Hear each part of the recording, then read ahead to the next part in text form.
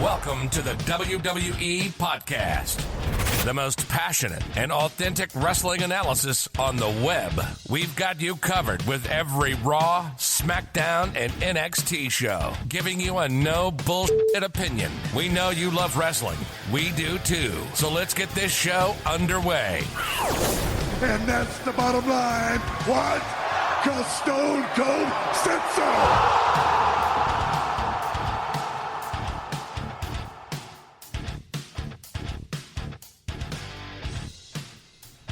All right, it is that time. Your week in review with Ashley starts in just a couple of minutes. Welcome to the show as we speak. It is August 9th, 2020. August is flying by, folks. August is flying by, and before you know it, the leaves will be changing, and it'll be football time. And snow is not far behind. Of course, we got a long ways to go with summer, but for those here in the Northeast, or if you're really above, like the Mason-Dixon line, you know that the summer doesn't last long. So enjoy it while it lasts. So thank you guys for joining me here on the WWE Podcast on this, again, this Sunday. Jeez, I don't know what day it is anymore. Sunday, the August 9th, 2020. And we're going to get into this week in review and discuss so much stuff. I mean, Ashley is a great, great co-host to have on. I know you guys love her. And she is here tonight to discuss with me everything that happened this week. And we really dove into SummerSlam and gave some early predictions on SummerSlam, particularly with Braun Strowman and Bray Wyatt and Randy Orton and Drew McIntyre. We really we gave some early predictions. So I guess there's the hook, right? There's the hook to stay tuned to hear what our thoughts are on those matches. And to be honest, we felt very confident in our answers. I mean, we didn't feel wishy-washy of, well, it could be this or this. We felt very confident and gave our justifications for that. So I think you're going to want to listen to that as we go on here. And but first, as always, guys, subscribe to us on Apple Podcasts if you have a moment, or anywhere that you listen to us. You can also head on over to the website at wwepodcast.com for articles and all of our podcasts, and patreon.com/WWE podcast if you want an ad-free experience. So thank you guys that are on that feed, and you get to enjoy this show ad-free, because I know ads can be an interruption to your listening experience. I get it. And that's where you can go to get rid of get that problem solved.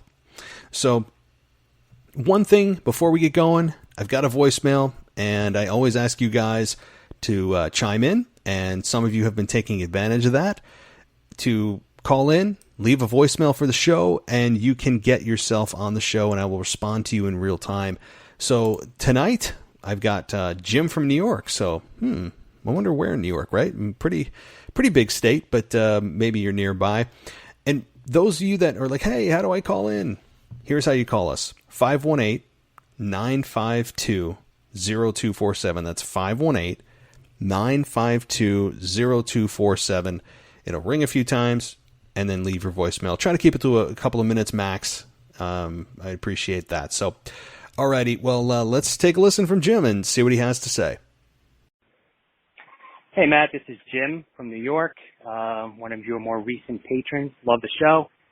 I had a lot to talk about, but I'm just listening to one of your most recent podcasts where you said to keep this to a minute or two, so I'll focus on my main point, which is the WWE title match at SummerSlam.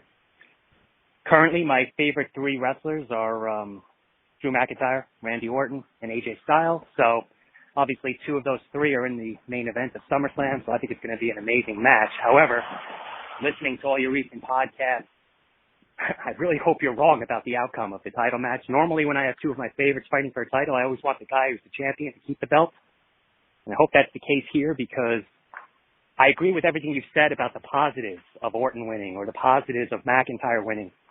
What I want to focus on is the negatives if either of them lose. I don't think there's any negative to Orton losing.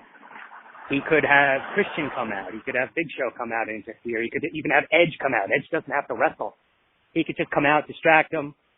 All of a sudden, Drew McIntyre hits him with a Claymore, match over.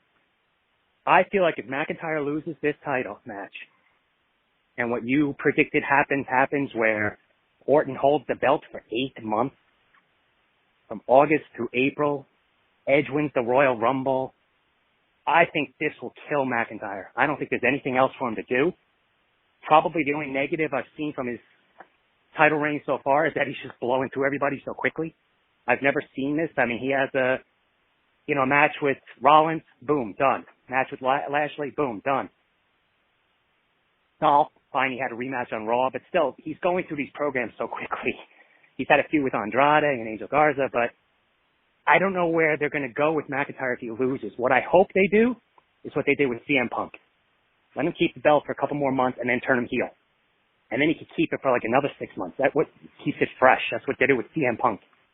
He was a face, went through all the heels, then he turned heel and he started facing the faces. So anyway, that's my 2 cents. I really am looking forward to the match. I think it'll be great either way. But I do fear that if McIntyre loses, this could really set him back, almost like Lashley, where he's on the mid-card, facing, losing to Angel Garza or something like that. So anyway, interested to hear your thoughts on that, and love the show. Keep up the good work. Thanks. Bye. Hey, Jim. So thanks for your question and for being a patron. Thank you so much. So here's my response to that. Here, and I will concur that there are some negatives of Drew McIntyre losing the WWE Championship and Orton becoming champion. And I will concur that, it could hurt Drew McIntyre. And Drew has done such a great job of being champion. And, what does that mean for his long-term career? After all the struggle, everything, this pandemic hits. He's not able to celebrate with fans. He gets screwed out of that. He is going through opponents very quickly. And so I do agree with your points, if that happens. But here's the thing. How does Orton lose, or how does Orton win? And how does Drew lose? If it's a clean victory and Orton just outright beats him with no shenanigans, I think there's more merit to your concerns, and your concerns may be realized. But if Orton wins from some kind of hook or crook, or someone comes out to try to screw McIntyre that ends up distracting him just long enough to get an RKO and we have a new champion, I think there's something to be said for a babyface chasing a heel champion. It's all in how the finish is booked. Because if this is a straight finish and Orton wins and Drew is beaten, then yeah, this could be a problem. But Orton has done such a brilliant job of being WWE's top heel. We have not seen this Orton come out in many, many years. We didn't know if it was still in there. I don't think you want the first guy to beat Orton to beat Drew McIntyre. As great as he is and as great of a champion as he is, that loss belongs to Edge. Because that's where this whole thing started. So I think if you have Orton hold that championship for some time and continue to build heat, 8 months is a long time. I get it. It could be sooner. We may see this. We may see it happen sooner, or maybe Drew does win at SummerSlam, but Orton continues to poke the bear, and this gets strung out another few months, and Orton wins the championship, say in November. Then you're only looking at 4 months versus 8 months. So there's ways to do this, but I think ultimately you will see Orton as champion, and it will be by taking it away from Drew. Because people already hate Randy Orton. He's doing such a great job. How much would they hate him even more if he took it from Drew, their chosen champion? We have to look at the big picture here. Hot heels don't come along very often, because often WWE's version of heels are cool heels, which aren't really heels, right? Like the Fiend. He attacked Alexa Bliss, but he's still kind of a cool heel. It's like Seth Rollins, albeit he's made some strides for a long time. He was kind of the cool heel. This is not something that comes along very often, where it's a true heel. So I would argue that I still think it should be Orton that wins, because Drew in chase mode is a very good Drew McIntyre to have, because especially if he loses in some kind of shenanigans way, he has a legitimate beef and he just goes on a tear and chases Orton. That could be magnificent. I don't think him losing necessarily would kill his career, because it's all in how you lose or how you win. So that's my take on it. And think about this, when he's back in front of fans, they'll give him that moment when fans are back in the arena. They'll give him that moment with fans to celebrate of regaining the championship as if it was his first time, because he was screwed out of that opportunity because of the pandemic. So, all right, well, thanks, Jim, for your voicemail. Please call back. And for everyone else, let's get to Ashley. And again, as my schedule constitutes, I will be back on Tuesday for your Raw review. Wednesday is Nostalgia. And then maybe I'll have a special guest. Hint, hint. And then, of course, AEW, NXT, and your SmackDown HSP review. So let's get to Ashley as we discuss everything in this week of WWE. It's that time of the week, guys. It is time to look back at this past week in WWE, look back at all the crazy angles, from low ratings to desperation angles that may end up being a hit or maybe a complete disaster, to political angles that WWE is treading on very dangerous water on, to Raw Underground, to everything in between. And tonight we've got Ashley Mann in the co-host seat here to join us for the week in review. Ashley, great to have you back.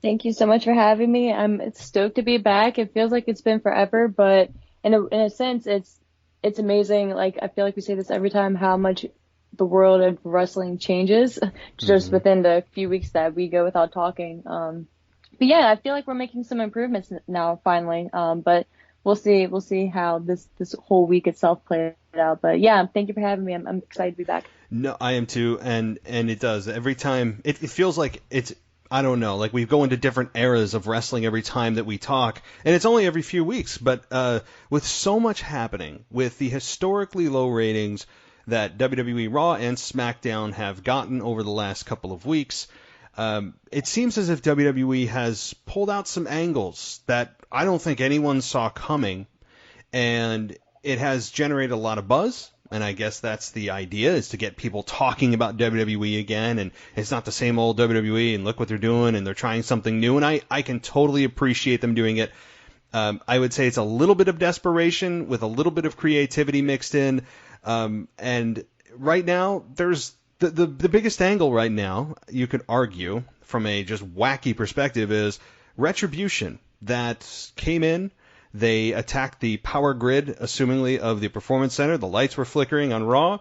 They then, this past week on SmackDown, then proceeded to attack the ringside area, threaten everyone ringside. They threw the cameraman down. They chased Michael Cole and Corey Graves out of the arena.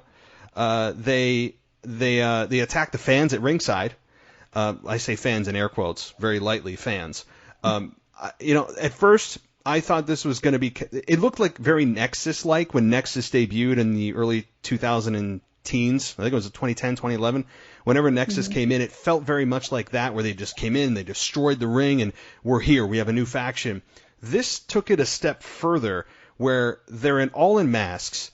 They're attacking and destroying the ring with a chainsaw. Where the hell that came from? And who's got a chainsaw, by the way? I don't even know where that came from, under the ring. I don't know why a chainsaw is needed. You sneak that in? Yeah, I mean, geez, this has got Orlando, or the Performance Center, has to have the single worst security in the history of building maintenance. We get this group come in, they destroy everything, they attack the fans. Again, would that have happened in a normal arena? Unless there were a few plants, maybe not. But they're certainly trying to make this a big deal because it's woven throughout the fabric of the show. It felt kind of dangerous. And I'll leave it there because, I do not talk politics on this show. But how can you not strike a comparison between what's going on right now with Antifa and Retribution? I think it's impossible not to, and they're playing on dangerous territory right now, I think, doing that. But I think I've said my piece. Ashley, what are you thinking about Retribution? Are you liking it? Do you think it could end up being a total disaster? How do you feel? I think I like and applaud that they're doing something different, but with WWE, it does make me very nervous, just because sometimes they don't know where that line is, or they just don't know the severity of crossing that line. And I think they could get away with it in the past, but now with how big social media is and how aware people are and how just alert everyone is to everything. I think they need to really be careful. Because I think they got a decent amount of backlash with the whole Jeff Hardy angle and Jeff Hardy Sheamus angle on SmackDown. So just something like even like that, I think, stirred up some commotion. So when you look at that compared to what they're doing with Retribution, I just feel like they need to be careful. But again, I applaud that they're doing something new. I'm excited just to see how it plays out, what their end game is, if they've even thought of that, if Retribution has like its own leader, and these are just like the workers or whoever going in there just taking care of like this work, and if there's like actual guidance that they're following, or if they're all just like if they are just like or each other's leaders. So I'm interested to see how it plays out. Especially going show to show. So again, like of course there would be some things that I would tweak myself, but I'm just gonna wait and see how this one plays out. That's kind of what my interest is gonna be for Raw Underground, but we'll get into that later. But yeah, I'm excited just to see what they do. It's something new, right? So we have to give them credit for that. Yes, they get an A for effort so far. It's now again, as we both just said, the sample size on this group is very, very, very small. We don't know what their motivations are other than destruction. That the name of their group, Retribution, does say something about their motivations, possibly that they're here for retribution. That means revenge. What that revenge is, who they're after, and who these people are all questions that eventually we are going to get answers to. I don't know if when we see who these people are, if we're going to go, oh my God, it's so-and-so. It could be a group that came in like the Nexus that we have no idea who these people are, and we're going to get to know them through their actions and through the story. I have that feeling as well, and could it be kind of like AEW where they had the Dark Order and the Exalted One who ended up being Brody Lee, right? I mean, so could they do something like that where there's a leader that they're following? Yeah, I think that's possible. But they made a statement. They haven't spoken a single word. It's just been all action of destruction, of violence, and that's what we know right now. We don't know anything else, and it's hard to judge a story other than saying, yay, it's new. That's very superficial, but that's all we have. So until this thing plays out and until we see how this thing goes, this could be completely disastrous, or I think this could be one of the best angles WWE has done in a while. I really don't think there's going to be an in-between on this one. I agree with you 100%. 100%.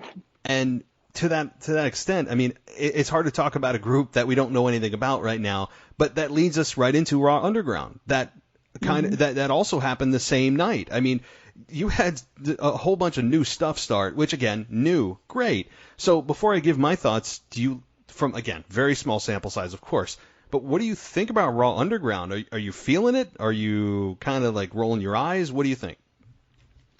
No, this one I think I'm more intrigued about than Retribution, just because I feel like this one they are more excited about because they put way more production and way more effort into it, and I feel like this one they really have a strong idea for going forward, but it just depends on exactly what they have in mind going forward, because it's kind of weird that all of a sudden they bring Shane McMahon back and there's this new underground thing, and then wrestlers that we just saw on Raw are all of a sudden underground. And what is really the end game? Like what do you gain from being underground and like winning a match or a fight or whatever it's classified as? Like what is there, like a specific title for underground, or what is it? Or is it just like bragging rights? So I'm curious to see that. And each of the wrestlers that were down there each had like an edgier and different side to them. Like with War Raiders, it wasn't really their typical like get up. They looked more rugged, more just like rough, or Eric did rather. So I'm just curious to see how they play this one out going forward. Especially with the Hurt Business getting involved at the end as well. I think maybe it's geared to kind of like boost them and Bobby Lashley. Maybe. But I don't know. I'm really interested in this one though, to see how it plays out. And again, I don't hate it, but I'm not saying this is gonna like fix like the ratings or anything like that. But I think it's a good step in the right direction for sure. They've got people's attention. They've got people's attention with this. They've got people's attention with Retribution. But the key is to have a long-term vision for this, of which WWE has proven time and again that they often don't have long-term booking ideas. It's a lot of times hot-shotting, which will do a quick spike in the ratings, and then it's boom, right back down to where it was. So I hope that the effort and the vision and the desire is there for them to create these two storylines in a way that is actually long-term sustaining, building stars. It's not just let's spike the ratings, let's do something different and shake it up. Where are we going? I don't know, let's just do this. I mean, I really, really hope that's not the case. And with Raw Underground, again, it's hard for me to pass judgment on this right now, given it's so new. From what I've seen, did it make any sense that Shane McMahon was there, given that Kevin Owens fired him a number of months ago? No. I've just gone beyond the fact that anytime anyone gets fired, it's just, no matter what they say, they're coming back. I mean, so Shane's back fine. He's in a role that is kind of like the organizer of this group of guys, and I like the environment. I got to say, they did a great job with the production of a smoky, just sweaty, dirty place that these guys go. It's a ring, but no ropes, and they fight it out. And it's funny when you look at the guys in there. You think, Eric and Ivar are there, and they were in there. And you just think about where they were. They went from basically high school gymnasiums playing basketball to an underground lair of being, Fight Club. I mean, you got Dolph Ziggler. Yeah, well, look at Dolph Ziggler. He is the classic example. This was a perfect small sample of Dolph Ziggler's career that, on a bigger level, is exactly what Dolph's career has been. And that is, you come out of nowhere, you get involved in the main event, we all know you're not going to win, you lose a couple of times, and you go right back into obscurity. And that's exactly what Dolph's career has been, and that's exactly where it's gone now. And now Bobby Lashley and the Hurt Business came in and took over, and at the end of the show stood tall, and they all stood there. And I like that group, and we'll get into that later. I'm not sure where they're going with it. I was hoping Lashley would kind of break out here, and it's weird that Lashley kind of feels like the third wheel in this, which is weird given that where Lashley was. But yeah, it's hard to pass really any kind of judgment given that we've seen this for a week. Yeah, and like you said, I agree completely. I love the look and the feel of it. And I think as they progress with it, because I obviously believe this will be around for a decent amount of time, I feel like they'll add and tweak it as we go. So especially with Shane being involved, because he seems to really dig it and really and be invested in this concept. So I'm very hopeful to see what his input in it will look like. I am too. The only, again, this is just a week, but the concerns I have are, what is the purpose of this? Do you think that when you get into a live format with fans back, whenever we're back to our normal lives again, whenever this passes, vaccine, whatever it may be, that fans in an arena are going to be okay with this being a backstage segment every single week, where they just have to sit there and they're like, wow, I could have just been home watching this if it's going to be throughout the entire show. Like, how do you translate that into a live format? Because you have to think like that. Is this going to be something that's here when fans finally come back? We don't know, but things like that. And then the people who are on Underground, are they going to not be on the show then? And then if it's like a big name, then of course we're talking who knows when in the future, but if this concept is going to be around for a while, then you got to think of, okay, well, if like Ivar and Eric aren't on Raw or are on Raw, then they really shouldn't be on Underground, because where is Underground to begin with, So just there's a lot of variables that come into effect with that. There's so much. Unless it's established that it's pre-recorded, of course, but I don't think that's the vibe that they're going with that. No. Right now. I don't. And of course, you said like it's just week 1, so we'll see. You're listening to the WWE Podcast. We'll be right back after this short break.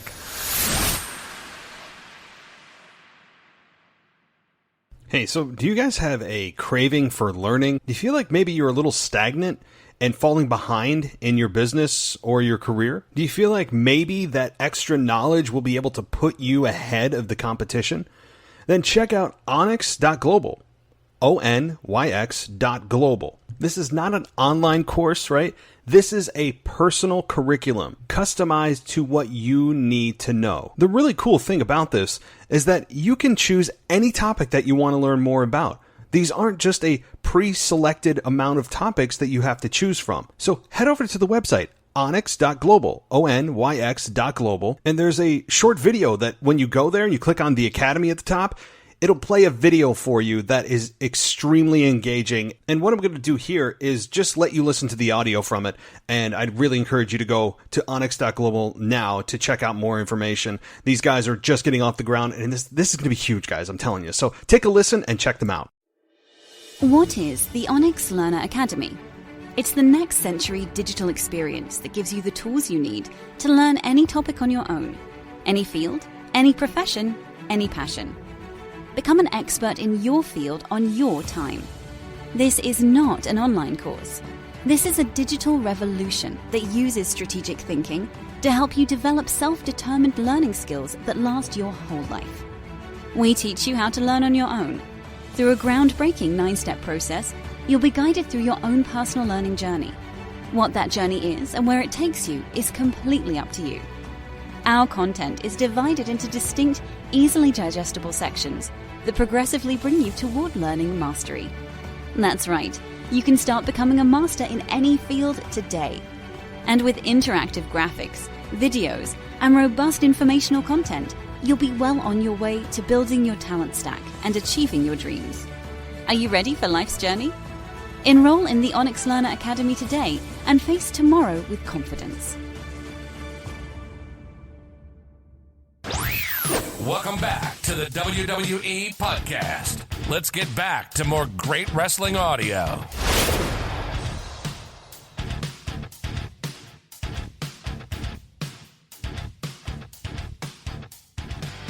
The only other small thing I would say to them is, again, great. I love the production value. Yeah, there were camera angles, but they weren't camera angles that were head-scratchingly, like, eye-rolling, like, oh, how was that even there? Like, they did a nice job of making it feel authentic and just kind of this dirty, gross backstage area that people just fight in. And that's good. What I would say, the only critique I'd have is the way that these fights begin and end seem to be all the same, meaning it was double leg takedown, pummeling, double leg takedown, and pummeling. Like, can we, elbows, right? Yeah. And I know it's not supposed to be wrestling because the wrestling is the in-ring stuff, but if you guys could change it up, I don't know what that means. Because that's the thing too. Yeah. Like, what can you do? Like, I don't know. Because then at the point it's gonna be like, well, this is a wrestling match just with no ropes, you know. So it's like it sucks because they're in a weird position with that because you can't just go right out and punch them square in the face, you know. But I'm sure they were instructed to be a little more stiff than they normally would be. I was concerned too at first. I was like, oh god, this is going to be a brawl for all. I was like, oh no, like please don't let this be a brawl for all that happened in the late 90s. And where they're actually, punching each other. That's not what pro wrestling is. And it's not. I mean, I was watching. They did pull the punches, but they made them look good. The production value is good. It's smoky. There's different angles of the camera that make it look like the punches are a little bit harder than they are. But yeah, I don't know. And if this is such an effective style of fighting, why don't you use this in the in-ring, like in ring? Like, because you're telling us that the in-ring stuff is supposed to be authentic and that you're doing your best to win the match. Well, why don't you just transition to this? I mean, I don't know. But this is Raw Underground. It is a kind of a baby child of Monday Night Raw, or the brainchild of Vince, or whatever analogy you want to make, and we'll have to see where it goes. I mean, I'm interested, and just like Retribution, this could go really well, or it's going to go, oh, this thing again. Like we could every Monday Night Raw, we could be excited for this, or we could just look at ourselves and go, like, this eye rolling thing, and I hope it's not that. So, all right, well, on to an actual storyline here that is, I think, that progressed very well this past week on Raw, was Drew McIntyre and Randy Orton. And the promo that these guys had against one another, I thought was, to me, it was sink or swim for McIntyre, who is really in there swimming with the big men now, the big fish, the deep end, whatever you want to say. McIntyre is in there, and I thought to myself, this could be a career-defining promo for McIntyre, because he's now not just Claymore kicking people. We all know how great he is physically. It's, can you talk with a guy that has been here for 20 years, that is looked at as one of the greatest of all time, despite many people who looked at him saying he has so much potential, but he doesn't do anything. Randy Orton comes out. Well, I'm sorry, Drew came out on Monday night and addressed Randy Orton. And then Randy comes out and says that, Drew, if you say I don't want to be here, why am I here? I've made my money. And he said, I challenge you to say one original thing about Randy Orton. And then Drew talked about a story about how when his life was crumbling around him, his first go around, that Randy Orton could have said something to lift him up, and he didn't. And so I really enjoyed this promo. Was, to me, really engaging. I think Drew came off really well. Did he knock it out of the park, hit a grand slam? No, but to me, it solidified him even further, I think, as a legitimate, authentic champion. Randy Orton, again, we all know how good he's been. He was really good Monday night. I love this angle, and I hate to get into predictions, but on the backside of your response to what I just said, I gotta know, because I don't think you're on the prediction show, I gotta know what your prediction is a little early for Orton and McIntyre. Yeah, I think our schedule is off now for our prediction shows, but the promo, I loved it. Like you, I was a little nervous when Randy was like, go for it, just talk to me. And then Drew was like, all right, we're going to shoot. I was like, oh, here we go. Like I really didn't know what to expect. And I was a little nervous just because regardless if Drew is the champion or not, Randy Orton is Randy Orton. Randy Orton can get away with a lot more or have more leniency than just your average wrestler. And I think Drew has definitely built his stock up, and I'm not definitely not saying that he is a regular wrestler by any means, but at the end of the day, it's Randy Orton, So I was like, how far are they going to go? But I think Drew did a really, really great job. But I think Randy Orton he's just on a different level right now. And going into WrestleMania, I was all for Drew, and I still am. I feel so bad for Drew of the timing of everything. But I think he has done a phenomenal job, and I think he was the right decision and has been the right decision for this time frame.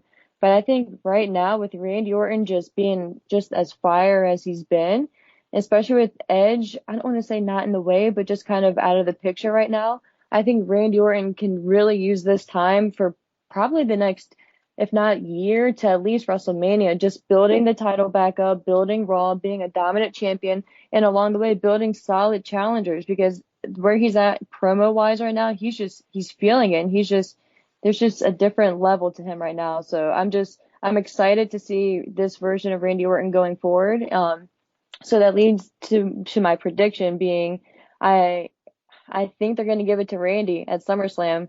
I think Drew is better chasing as well, especially with there not being a live audience, because I think Drew is one of those guys who feeds more off of the live crowd than like a Randy Orton, for instance. Randy Orton can just kind of thrive in whatever setting. And again, Drew has done a really, really great job, but I think he just gets that little extra something from a live audience. But at the end of the day, I think Drew is better chasing. And I think especially with a Randy Orton champion right now, that could carry you for another 3 to 6 months for sure.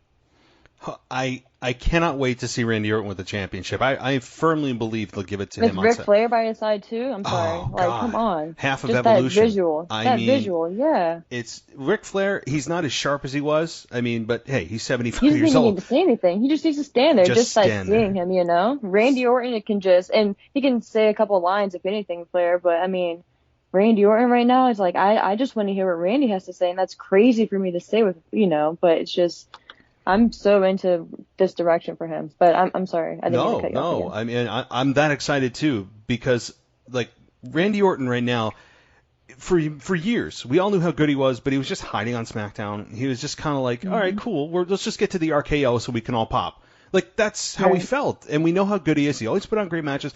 This is the Randy Orton that I wish we saw for the last 20 years. And I wish it didn't take Edge to come back to see him motivated. And I'm with you that Randy Orton is going to win at SummerSlam. I don't think it's a lock. It's crazy to say it's a lock that Drew McIntyre is going to lose, but it's pretty damn close, because to me, the only person that should defeat Randy Orton and take that championship from him would be Edge. So for Edge to not only beat Randy Orton, but to take his championship from him after a significant reign would be apropos. I think that would be the right person to do it. As great as Drew has been and authentic as he's been, and I do not regret for a second Drew becoming champion. I still think it was the right decision. He feels like he's a real authentic champion. Like you said, in chase mode, babyfaces are always better in chase mode, I think. And especially Drew, who, after he loses, it's going to be interesting to see how he loses. Does Brock interfere? And then that springs him right into a Brock versus Drew non-title program, maybe. Does somebody return? I mean, we don't know. But I think it's going to be a ending that protects Drew, furthers a program with him and whoever screws him over. Randy Orton could possibly move on to another opponent, but you might be able to get more mileage out of that program that goes through the end of the year, where Drew just continues to chase, and isn't able to quite do it until Edge is the person to come back. I think Edge needs to be that person. They have built this whole thing around Edge and Orton because that's where it started. I think Randy Orton, when he finally gets it, it's going to be a moment. And I hope this is, I really hope this is in front of fans, real fans, not WWE robots. I hope this is in front of real fans, paying fans in a live arena, even at half capacity, to see this happen, to see maybe Big Show come back, to see Christian come back. And obviously Edge, all surround Randy Orton, and like that moment of just finally he's going to get what he's got coming, because nobody has beaten Randy Orton in ring in about 6 months. I mean, it has been a long time since Randy Orton has lost a match. I know he was lost at WrestleMania, but that was kind of just a beat 'em up, take your weapon and hit your opponent kind of mindless fight. I wasn't down on the match from the perspective of seeing Edge, but I don't truly consider that a Randy Orton loss because it wasn't in ring. So I don't know. This could be a great program that they could string out for many months as Edge is on the mend, and I can't wait for this. Yeah, and just one final thing. In my mind, I could see them dragging it out to the next draft, which I believe the draft last year was like October timeframe. So you can, if they do the draft again this year, like maybe mid-October. Because I just envision in having because the way I would see it playing out is Drew would lose to Randy at SummerSlam, be in chase mode for the next couple months. They have a match where if Drew doesn't beat Randy, then he will leave Raw, goes to SmackDown, and just is the dominant champion on SmackDown, and that can be his show, and he can really just flourish there as the top babyface. I just think SmackDown, they need something to kind of freshen them up. And I think Drew would be like a perfect fit just in that environment. It's crazy to say because it's the same setting. It's just like a different show and just different LED lights and stuff, but it's just like a different vibe. But I think Drew would really do well on SmackDown. So just that could be a direction they could go. And then Randy, that would free up Randy to move on to someone else as well until Edge gets back. I like that. Yeah, I think you're right, because especially after Braun Strowman and Bray Wyatt get done with each other, and assuming this is probably their last match, this will be their third one, so I would assume at SummerSlam this is probably it. It would also free up Bray Wyatt up to face Drew McIntyre. I mean, if that draft is true, that's a hell of a matchup. So there are certainly things that would benefit Drew to be that top babyface on SmackDown that desperately needs it. And yeah, you could say Braun Strowman is, but is he really? I mean, is Braun Strowman? Especially with what happened on SmackDown. Yeah, I mean, and that direction, we'll get to that in just a second, 'cause that was my next topic.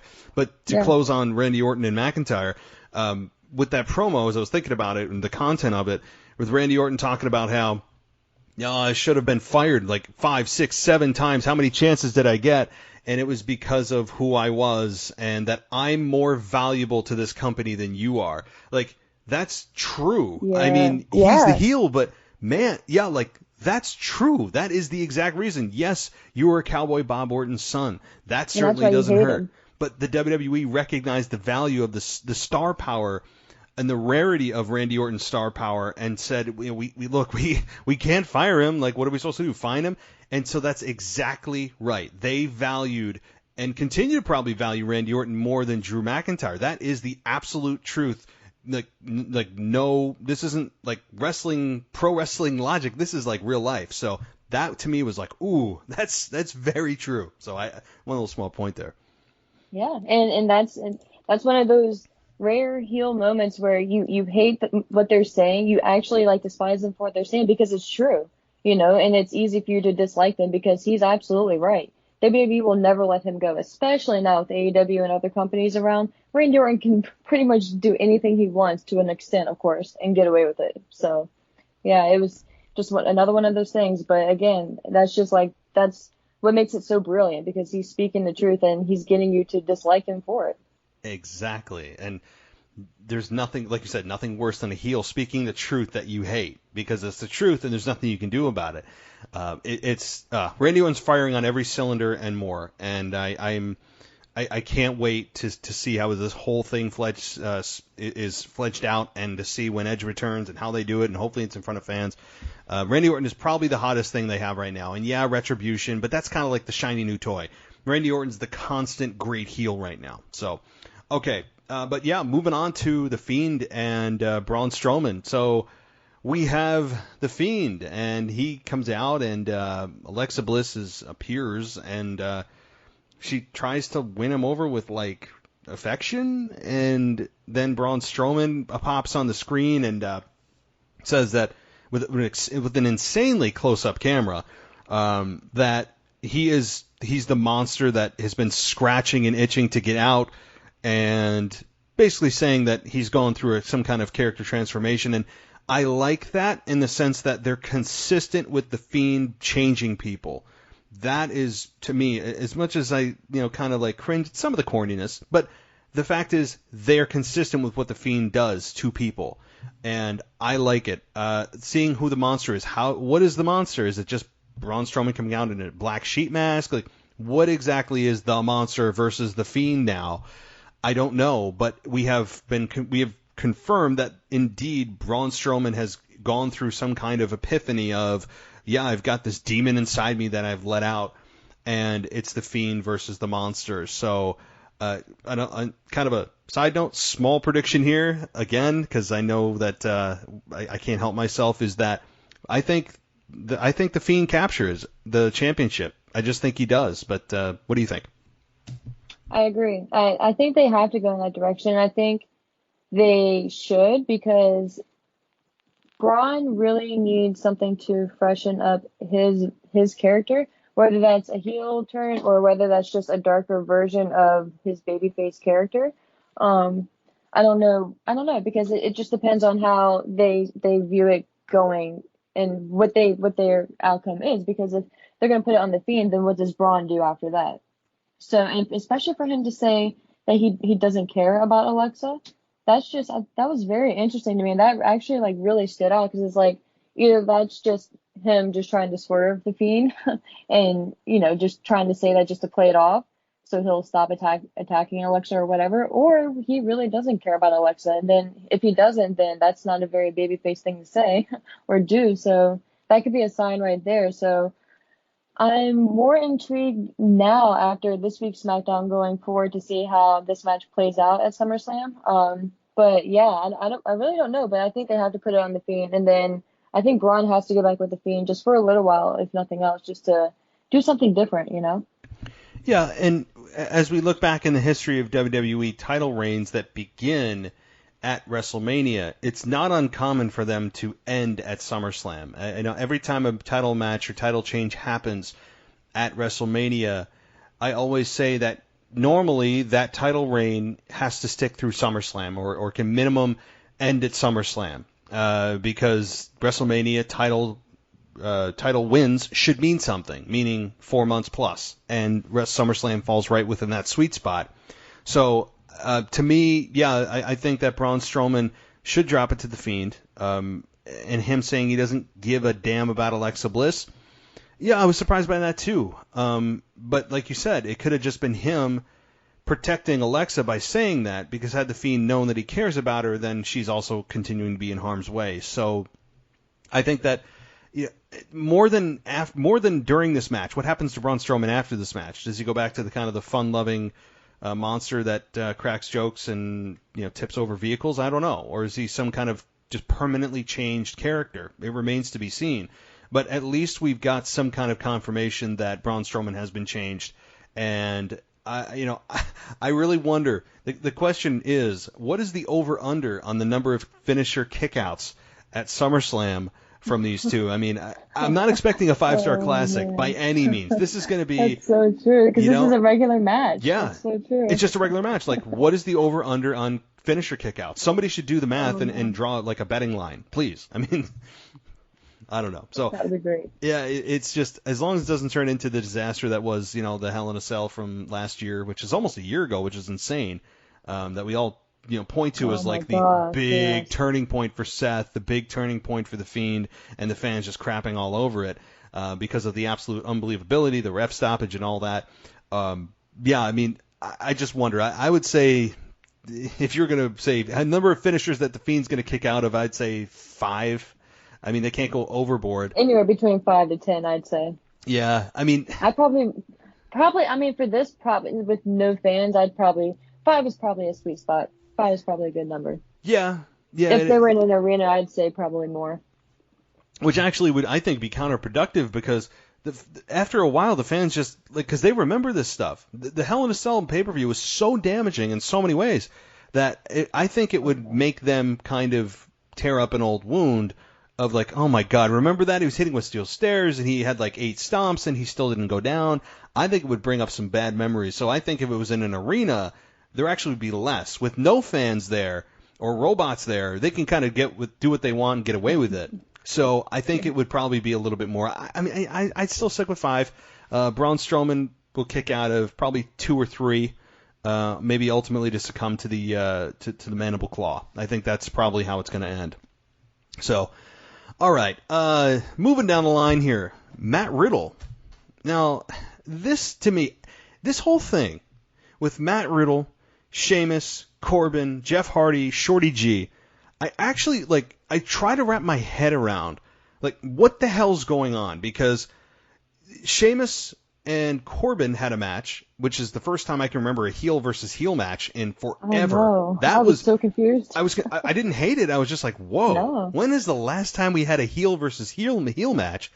Then we had Hardy versus Corbin, but we also had Matt Riddle versus Sheamus, and everyone's interfering with everyone's match, and it's like I don't hate this. I'm just kind of confused as to how this is all happening and who's feuding with who. It seems as if almost King Corbin and Sheamus swapped their partners or swapped their opponents of sorts. And I don't know. It was just kind of weird. Each of them caused a DQ on the other, which is what led to Sheamus versus Corbin. What do you make of this whole thing? And really, Matt Riddle involved in the middle of this as the King's ransom, i.e. a bounty on his head. That's what's causing Shorty G to turn heel. This thing, I don't know. Do I feel like it's a mess, or is it just me? I don't know what's going on.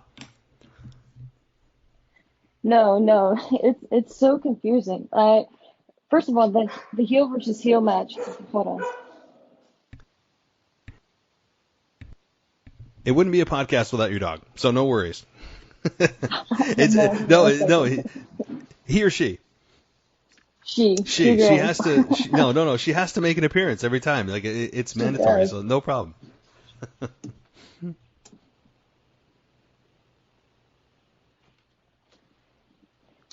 Okay, sorry about that. No, but it was the most confusing thing. So first, Corbin and Sheamus, I like you said, I didn't hate it either. I was just very confused with the direction that they were going in with that.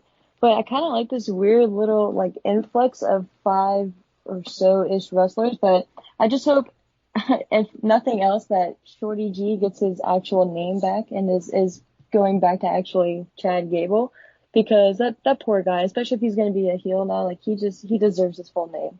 So that, if nothing else out of this, I hope Chad gets his name back. I do too. Yeah.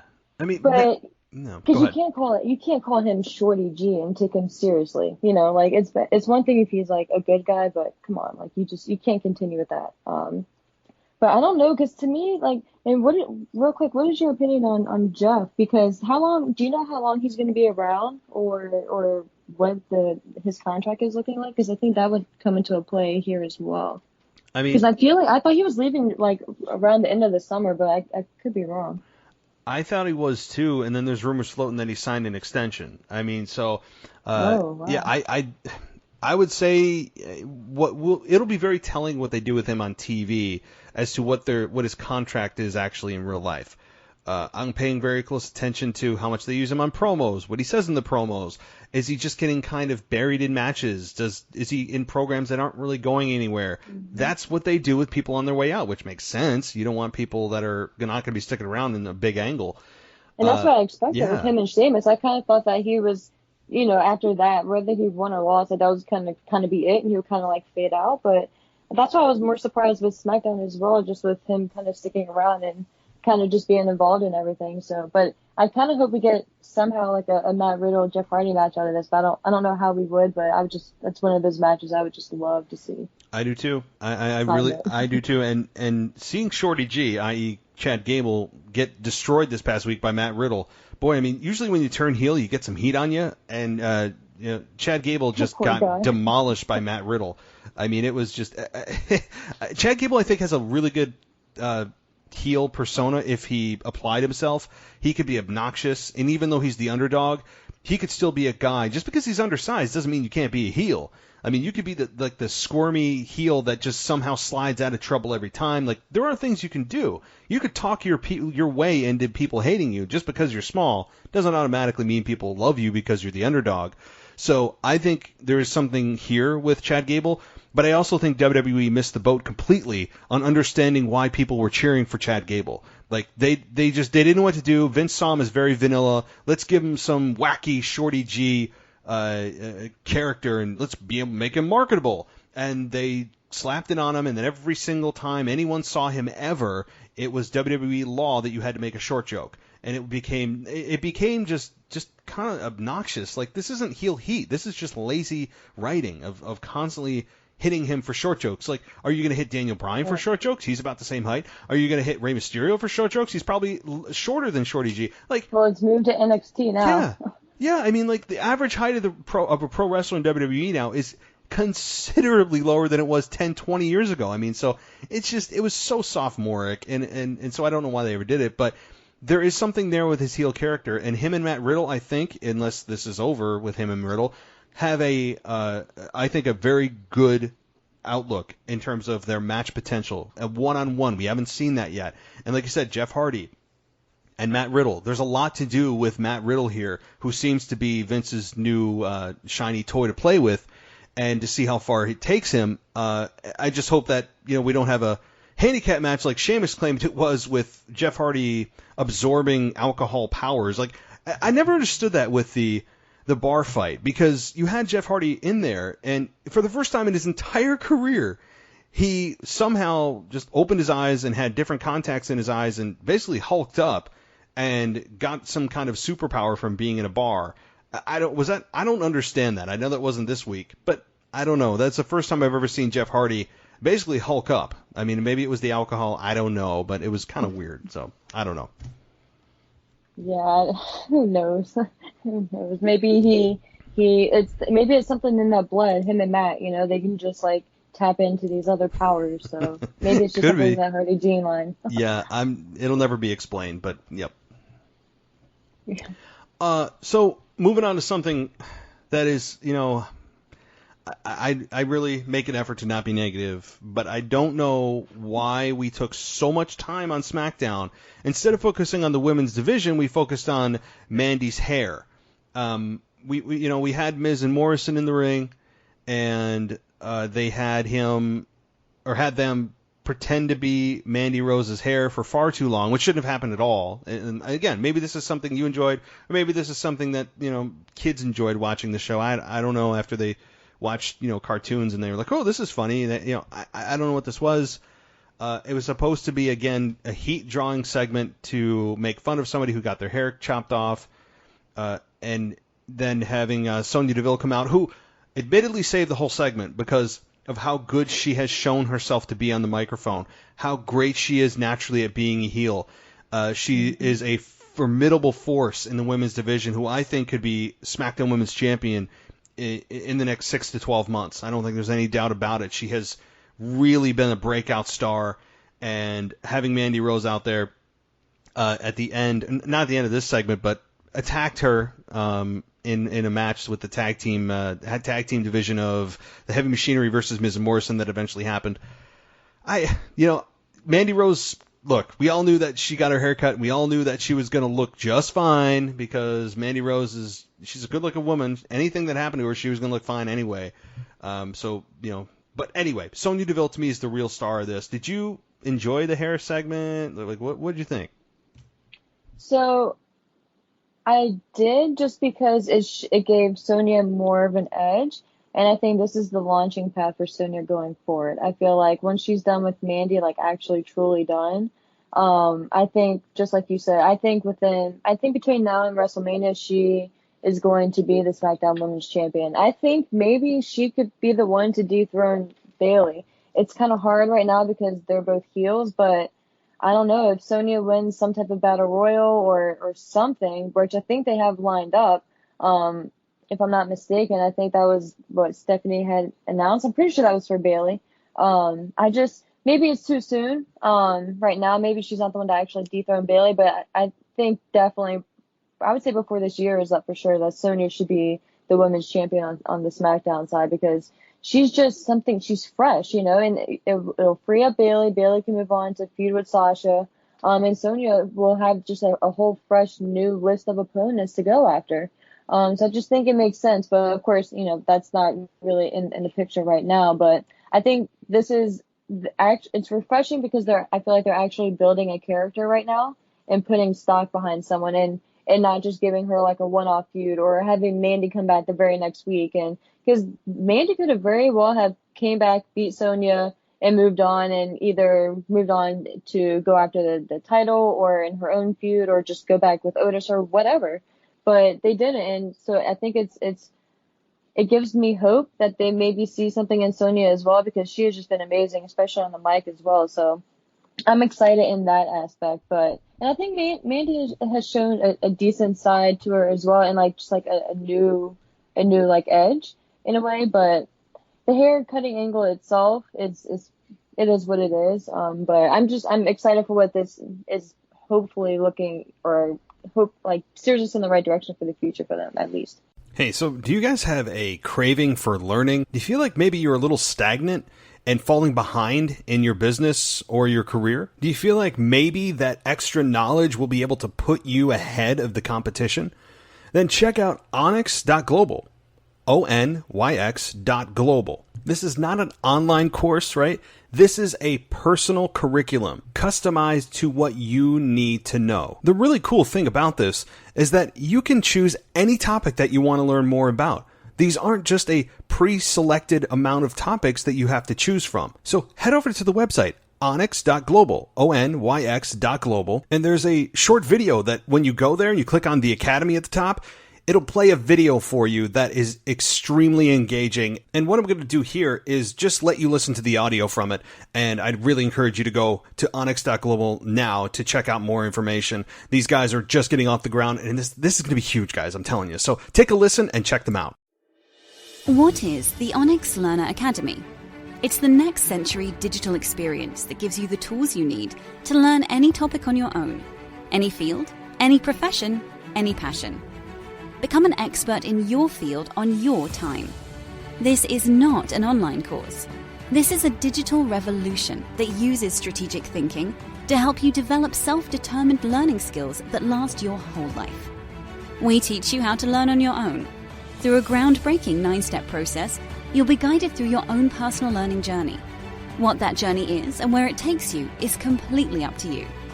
Our content is divided into distinct, easily digestible sections that progressively bring you toward learning mastery.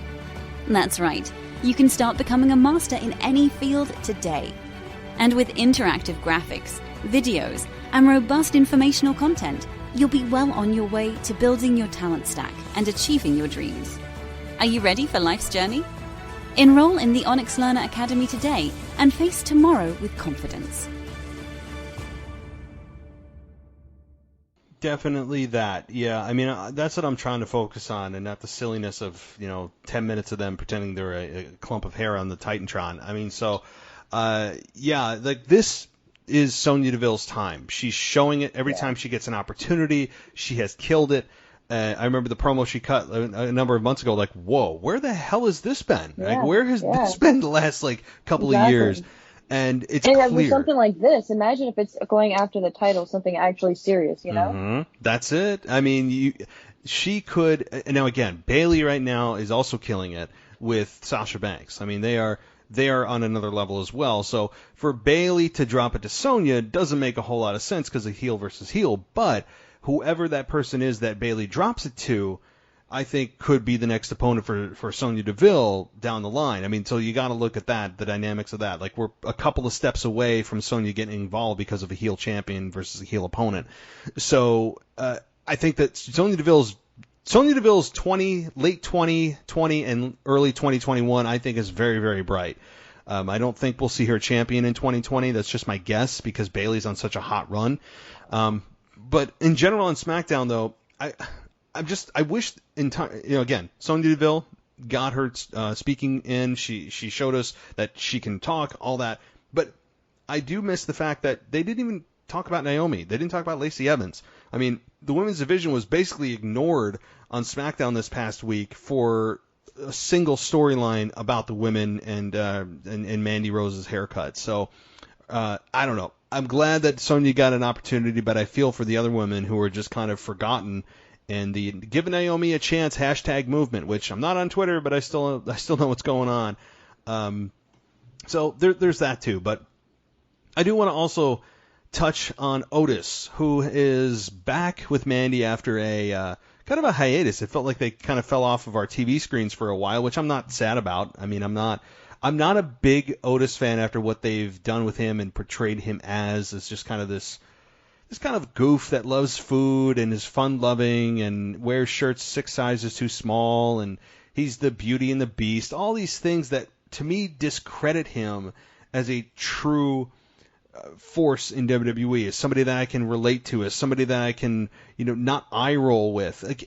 And so I don't like the way that Vince sees him. I like the way that he was originally brought up into WWE as this big man that can go, that is a big force in the tag team division. They never really got a chance as Heavy Machinery to do a whole lot. Maybe this past week is a turning point, but it's just stopped dead in its tracks after Vince saw Otis as this fun-loving, funny guy with a bowl full of jelly. Like, that's what it felt like to me, and it was just it was disheartening. But that's Vince McMahon when he sees somebody that he thinks is relatively funny. He puts comedy over believability and authenticity more often than not. But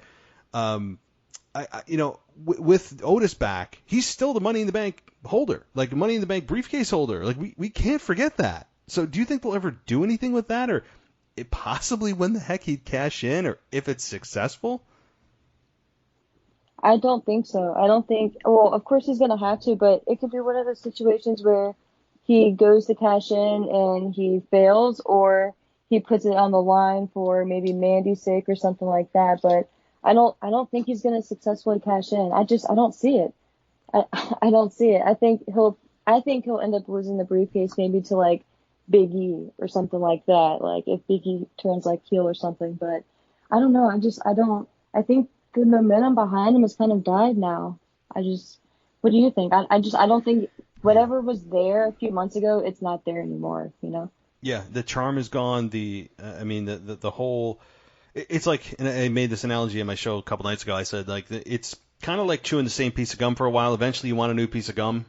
And again, this wasn't my flavor of gum anyway, to use the analogy of what Vince saw in him. The second that I saw what they were doing with him, this whole character to me was just eye-rolling. And I liked it initially when he came in as Heavy Machinery. Because, number one, the tag team division needs a whole lot of help. And to sacrifice that tag team that never even got a chance to get off the ground to just a comedy act with Otis, that I was mildly interested with the whole Valentine's date that happened and what the fallout of that, and wanting to see them to get together, and they finally did at WrestleMania. Fine, great. But then they just continued to, I don't know, make him this, I guess, lovable loser, but is also, this guy you don't want to get angry. And there was a comment made on SmackDown. Somebody said it, that, I've never seen Otis angry. I mean, somebody said that. I don't know if his partner said it, Tucker said it, somebody. And I'm sitting there like, what are you talking? I mean, what about Dolph Ziggler? Like, we saw this before. We saw this at WrestleMania. We didn't even ever seen Otis angry. But I don't know. I think he'll be unsuccessful because with babyfaces carrying that briefcase, that's really a prize for heels to win, because it's very easy for heels to use this in this kind of a sly, underhanded way of taking advantage of the moment. And yeah, it's designed for that, but as a babyface holding a heel prop, you have to give your opponent a heads up. John Cena did it, right? I mean, John Cena did it. I think he gave somebody a week or two notice before he cashed in. I think Otis will do the same thing of cashing in, but giving a heads up, because I'm a babyface. I don't want to take advantage. I want to do this man to man. And I think he'll be unsuccessful. And I think he should be unsuccessful, because I don't think he's anywhere near ready to cash in that Money in the Bank briefcase. I honestly wouldn't be surprised if he somehow, because this is WWE logic, if he somehow was able to transfer this to maybe give it to Mandy so she can cash in on the women's championship. Like, I could see them doing that, where he loves his Peach so much that he is giving it to her as revenge, or giving her as an opportunity, showing his love for her by, again, this contractually makes no sense, but WWE doesn't care about this stuff. So could you see that happening, where he just gifts it to Mandy? Absolutely. That was one of the directions I kind of thought that they would go in originally when he won. I could totally see him doing that. I could probably actually, now that you bring that back up, I could see that happening before he even attempts to cash it in for himself. Maybe down the road. It's just weird, because I can see them kind of having him hold on to it for a while, just because they really don't have anything else to do with it right now, and it would be a waste just to have him cash in like next week, for instance, and then lose it, and then, like you said, he's not really there right now to be like a believable champion. So why not have him hold on to it, right? So depending on how long you want to drag this out, because you could technically go the whole year. And within that year, if you have Sonya become champion and Mandy is frustrated and mad and can't get the title opportunity to go against Sonya, then maybe he can give it to the briefcase to Mandy and let her cash in to go against Sonya. Of course, that could be anywhere between now and, what was it? What month was it? In May? Money in the Bank? Yeah. Yep. So you still have plenty of time. You have almost, obviously, the whole year. So there's just so many different directions you can go with it, but I would definitely see that as a possibility. Because I just, like you said, I don't see him winning the title right now, and it would be such a waste to go through, because then what's the point of the pay-per-view itself then, right? If it's not taken seriously. But I don't know. It's a weird thing. It's a weird thing, and I know you weren't really a fan of him winning to begin with. But it's funny because they put themselves in this situation to begin with. So it's like you could have gone so many other different directions, but now they're not stuck necessarily. But yeah, how about we don't make a comedy act the Money in the Bank briefcase holder to start? Right? For your heavyweight title. Yeah, right? Really. Which is on Fox, but I mean, I will say, if they do go through with this and they think, oh, what the hell, let's try this, let's see what the fans do, and he goes in and he successfully cashes in, I don't care who it's against. If it was in front of a live audience, I think he would get booed out of the building. I really think that, because I don't think fans believe he's ready. Especially in a smart city, like if it was in New York, Chicago, wherever, Dallas. Could you imagine Chicago? Oh my God, it would be. They would eat him alive. People would riot. I mean, it would be. Yeah. So they got to be very careful. If they do this, fans are going to backlash, but they can backlash on Twitter all day. It's a matter of, you don't want your product on air to be to be shut down by fans who are rejecting it. So social media is one thing, but. Yeah, I don't know if they'll have the guts or the grapefruits, as Vince would say, to go through with him actually cashing in successfully. I would be very surprised. But on that note, I know that you have a question from somebody on Twitter, so why don't you lay that one on me?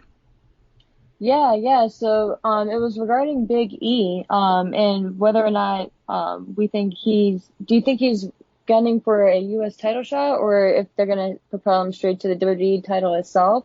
And would you want to see him work with either Braun, Bray, or AJ? Because maybe a potential Big E and Fiend feud could be pretty awesome in the future. That's what one of the followers had mentioned. And I think it's pretty intriguing, but I want to kind of see what you think first.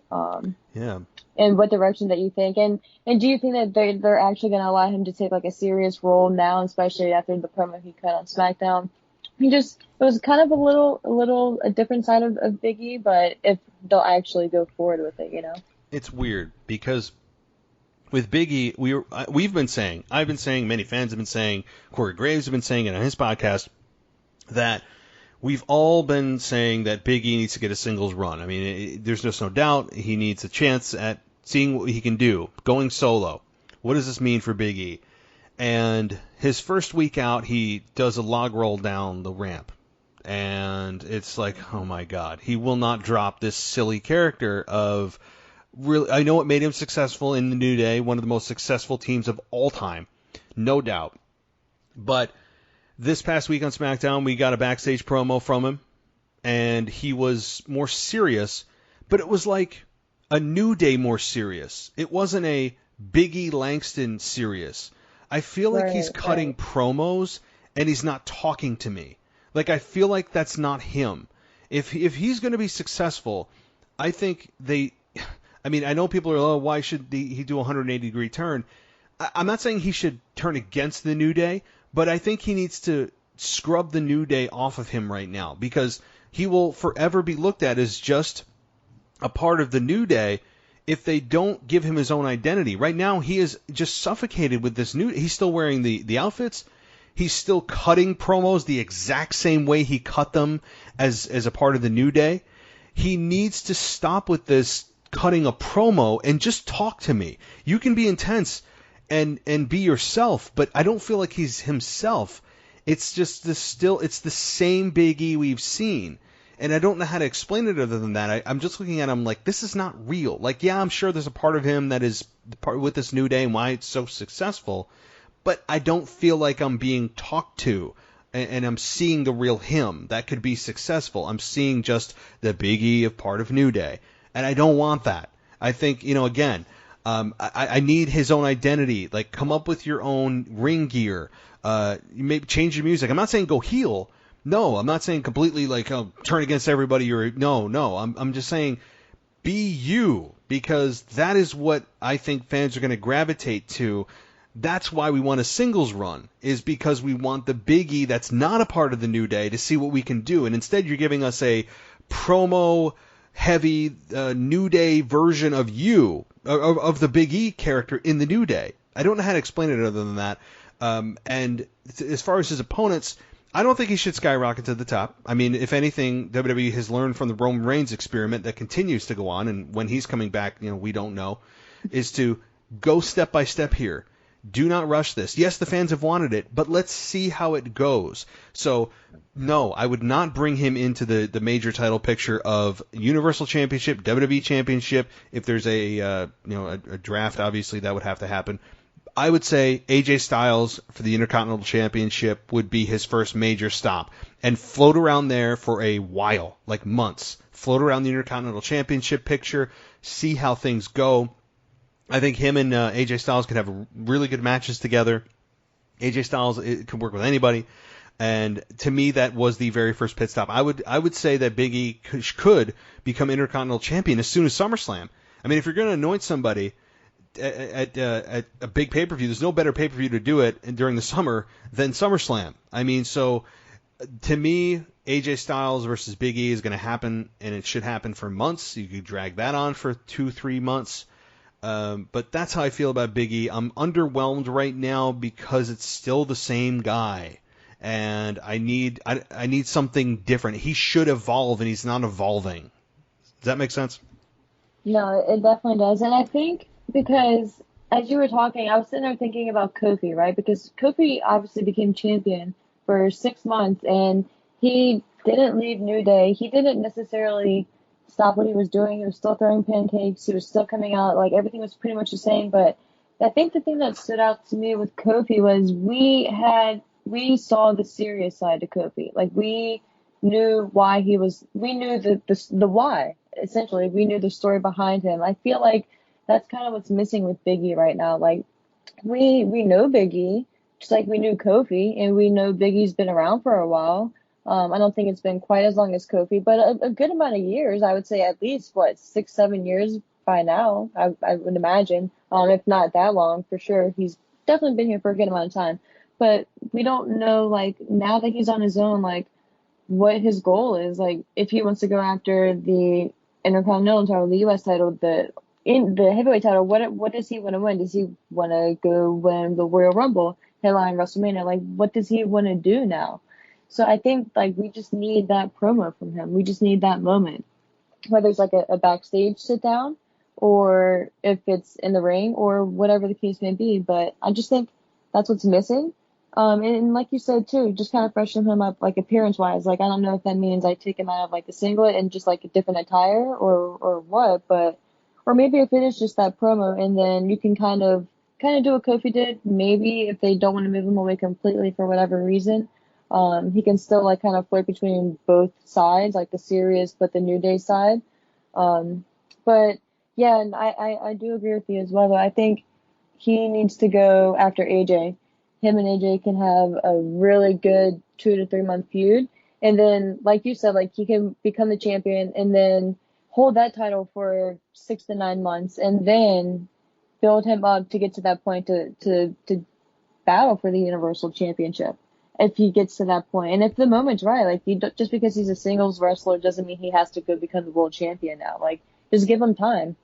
But I think the first step is letting us know why he's here and what he wants to do now, you know, and going from there.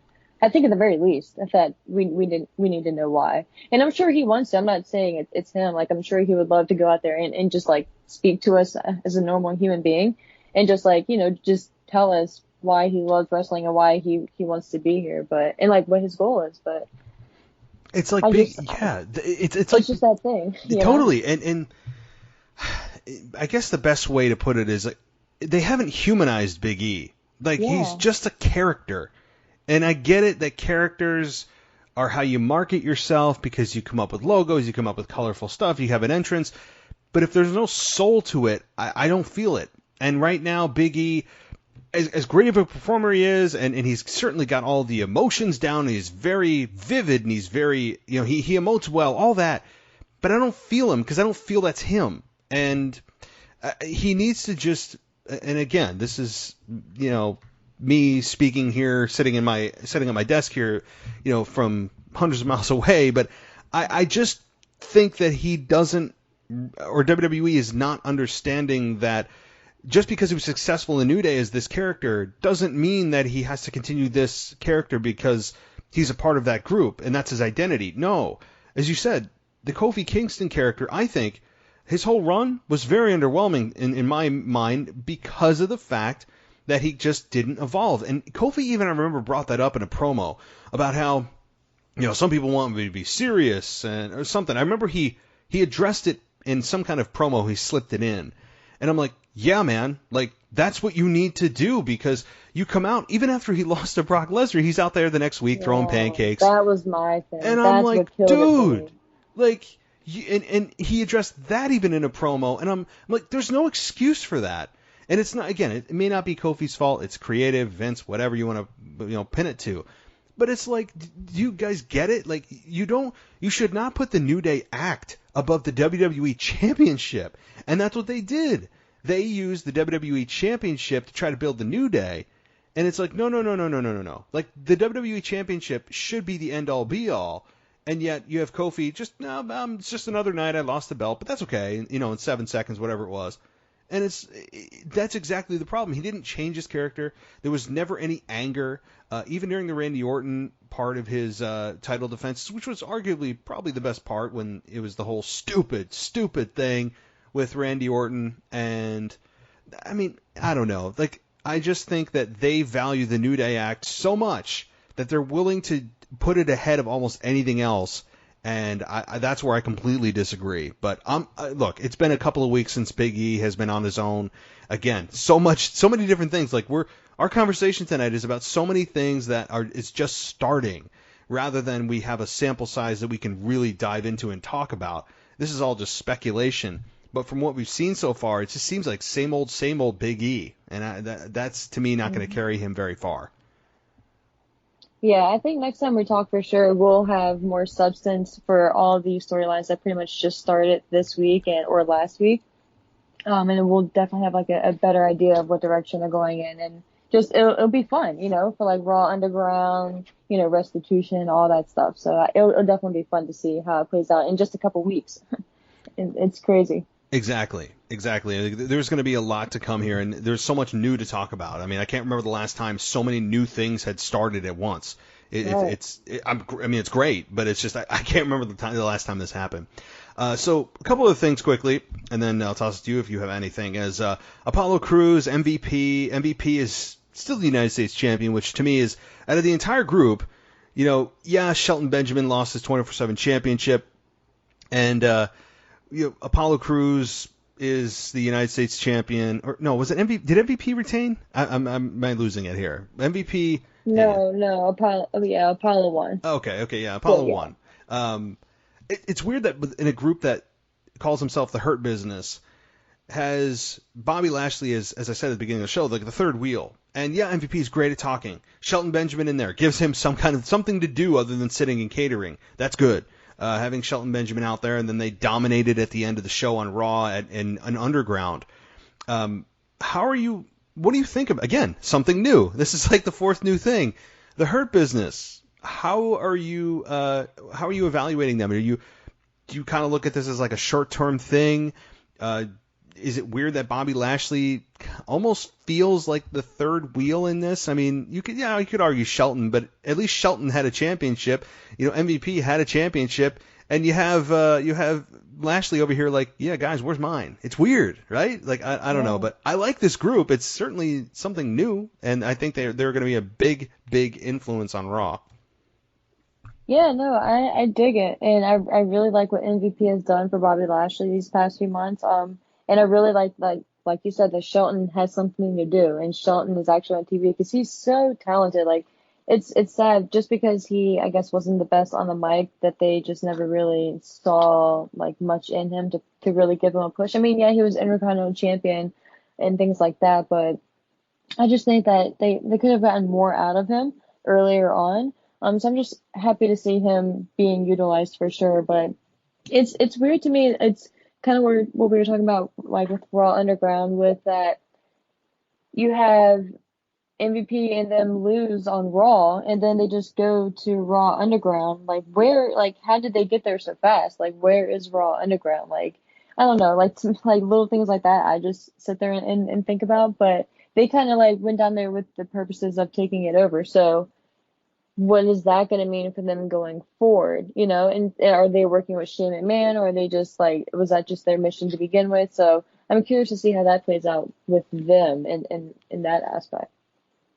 Yeah, it seems that as if they ended the show with them standing there dominant after they took everyone out, that they should be some kind of mainstay figure on the Raw Underground show. But yeah, I don't know what this role is going to be. It's like we have two new storylines intersecting. I mean, you have the Hurt Business, and then you have Raw Underground colliding. So, like, what does this mean for both? We don't know yet. And eventually, I'm sure we'll get to Retribution destroying Raw. Maybe that happens this next week, and does the Hurt Business get involved? Like, eventually, someone's got to stand up to Retribution. How does that happen? I mean, if they have chainsaws, bats, and crowbars, I mean, I don't know how that happens, but you would think that WWE on Raw this coming Monday would have security surrounding the building, or at least pretend that they do, to use some kind of logic that these guys aren't allowed in the building. And it's not exactly the biggest building in the world. The Performance Center is not exactly... Performance Center. Yeah, I mean... It's the most unsafe area in Orlando, apparently. Oh, it is? I didn't know that. Well, because with everyone getting in and just the generators getting blown up outside, and just if you think back to it with Roman Reigns and stuff like that, it's just in the parking lot, it's just hit and run angle. It's just with everyone getting attacked in NXT. It's like, man, do not go in the parking lot in the Performance Center. It's like, yeah, I mean, if you did a crime per capita in the in that area, yeah, they certainly would be at the top of the list of vehicular assaults and arson. I mean, you name it, and that's true. Yeah, that's very true. And yet WWE is supposed to be protecting their top stars, and they are doing a poor job of providing a safe work environment. But anyway, the last thing I want to touch on, and then I'll toss it to you, is Bayley and Sasha. Again, I know that last time you were on, we both sung their praises. At least I continue to. I think that they are killing it. We continue to see small cracks. Just when you think they're getting along perfectly, one of them volunteers the other for a match, and that's where you start to see the cracks, which teases every few weeks. And last time we had Sasha put Bayley up in the ring with Asuka, who, if Asuka wins against Bayley, she has to defend their championship against Asuka. Sasha has defended against Asuka at SummerSlam. We all know that. I mean, Sasha needs a opponent. It's 2 weeks out from SummerSlam. It's almost a shoo-in that Asuka's going to win. So we had Stephanie come out this past week and basically give us our main events for SummerSlam without naming the actual people, saying that, yeah, it could be Sasha versus Asuka if Asuka beats Bayley, and it's going to be Bayley versus whoever wins this tri-brand battle royal next week. And so that's going to be interesting. Here's a thought, as I just thought of this now. Is it possible that if it's a tri-brand battle royal, that the NXT Women's Champion could be involved, leading to a title versus title, and then they truly have all the championships? Or am I just maybe overstretching this? No, it's funny you say that because Stephanie mentioned NXT on Monday, and that really stood out to me because I was shocked that NXT was mentioned, because normally, I mean, of course, nowadays, for sure, NXT is mentioned, but it's kind of still, like, not really talked about. Like, you'll get a commercial for it, but they don't really, unless it's directly involving, like, Charlotte or something like that, or Sasha's going to be appearing, or something like that. But since Stephanie mentioned NXT, I was like, that's interesting. And, of course, it turned out because they're going to be involved in the Battle Royal as well. But, and for her to mention also that they have almost all of the gold except for NXT, I was like, that's an interesting point. Like, why would she bring it up?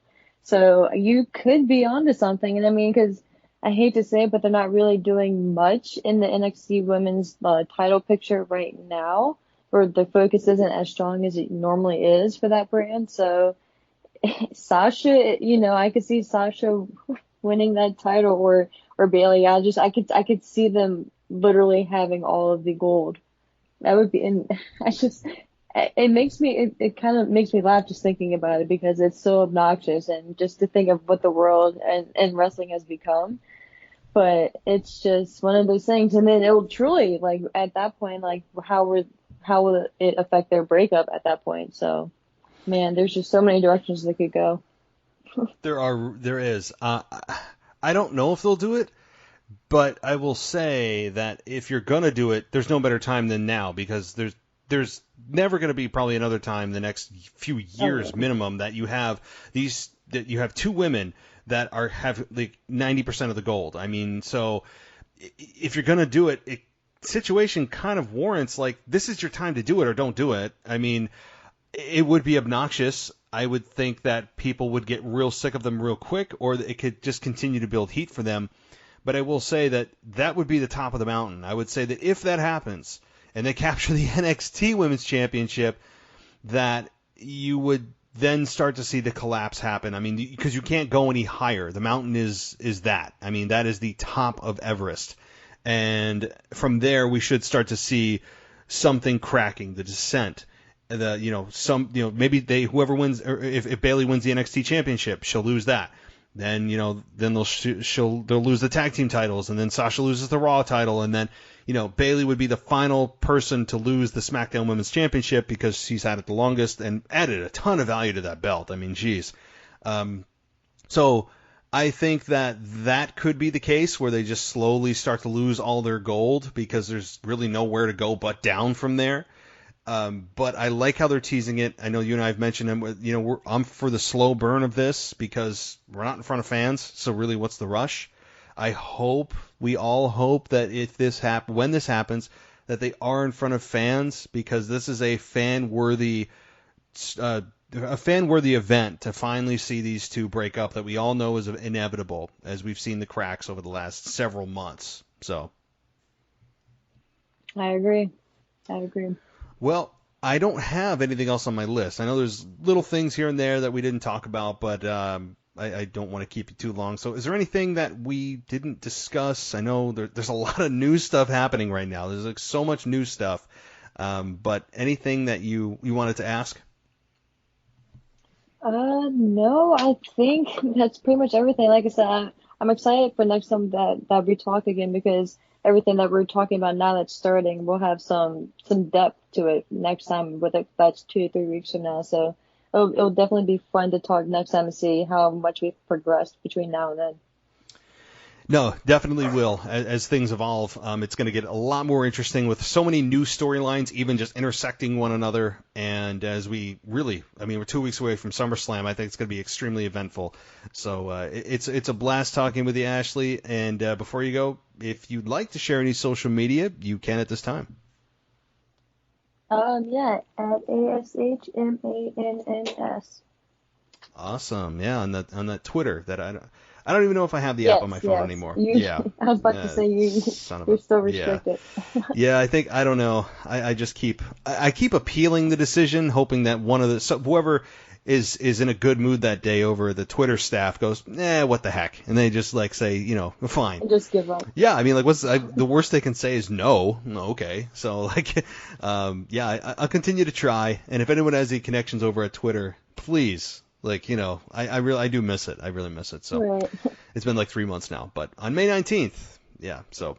Of course. Yep. All right. Well, Ashley, thanks for joining us, and we'll definitely be in touch as we get to SummerSlam and closely thereafter. So. Yeah. Sounds good. Thank you. All right. Thanks, Ashley. Have a good night. You too. Bye.